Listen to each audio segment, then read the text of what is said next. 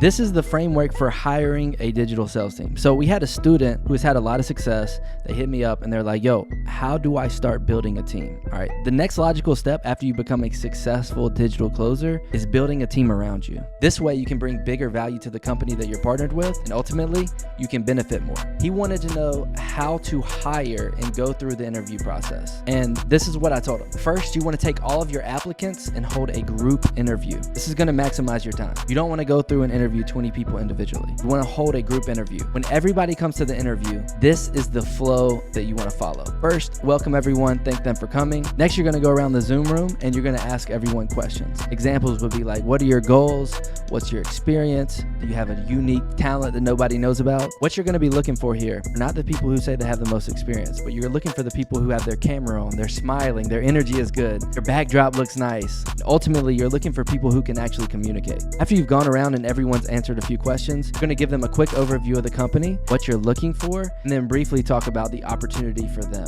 So the last part is you want to give them homework. So you want to say something like, hey, if you believe this would be a good opportunity, this would be a good fit for you, what I want you to do is go check out the website, check out our social medias, shoot me an email on why you think you'd be a good fit, and then what we'll do from here is we'll set up individual interviews. And that's it. Everybody breaks and you wait on the people who send you interviews back. Now it's important to note while you're doing the interview a few prospects that you think that you would like. Make sure you have their names down and then wait for them to do their homework. If they don't do the homework, don't hire them.